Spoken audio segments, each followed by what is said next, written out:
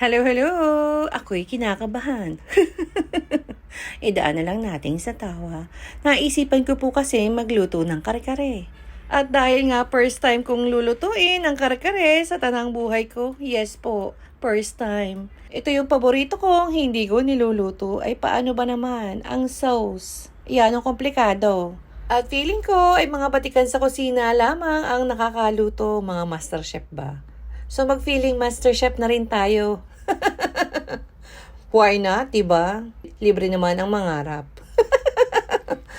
At dahil nga first time nating lulutuin ang kare-kare, ay gawin natin itong special.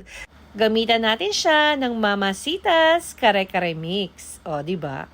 Pinasimple, pinadali, at pinasarap ang paggawa ng kare-kare. Uy, parang commercial yun ah. Mamacita, baka naman. Ayan, tumawa na naman tayo. Kinabahan. Pero sana makarating. Kilig yarn. Ano ba yan? Pawitch na? Sa bagay, malapit na naman Halloween. Ano ba yan? Pasisa na. So, ayun na nga. At dahil special ang ating lulutuin, abay syempre, gamitin na natin ang ating bagong kawali. At sa mainit na kawali ay maglagay lang tayo ng mantika o langis. Isang kutsaang bawang at sibuyas hanggang ang aroma ay lumabas. Imekos-mekos lang natin hanggang siya ay maging translucent. At isunod na natin ang ating sauce. Ang ating Mamacita's Kare-Kare Mix. Idissolve lang natin siya sa tubig at halu-haluin. So ayan, at ilagay na natin sa ating pan. Imekos-mekos lang natin ang bahagya. At isunod na natin ang ating peanut butter. Any brand will do, or kung gusto nyo yung gawa nyo, ay pwede rin. Maglagay din tayo ng pork broth or yung pinagpakuluan ng ating liempo. At para mas malinamnam pa, ay maglagay din tayo ng pork cubes. Takpan at hayaang kumulo, at pag kumulo na, ay pwede na tayo maglagay ng pampalapot.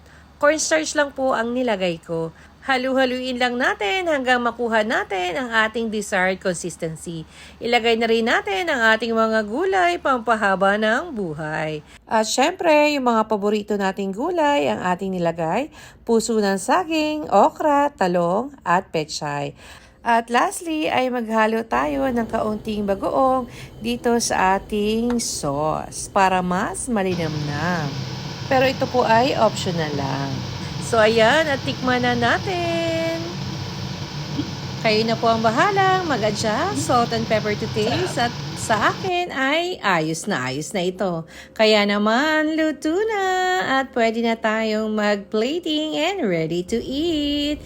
Lapagin na ang sangkalderong kanin at sure ako ikaw ay mapapakain. Dahil sa sabaw pa lang na ginamitan ng Mamacita's Kare-Kare Mix, ay ulam na.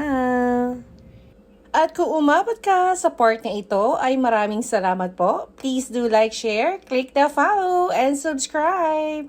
Thanks for watching. Hanggang sa muli, kain tayo.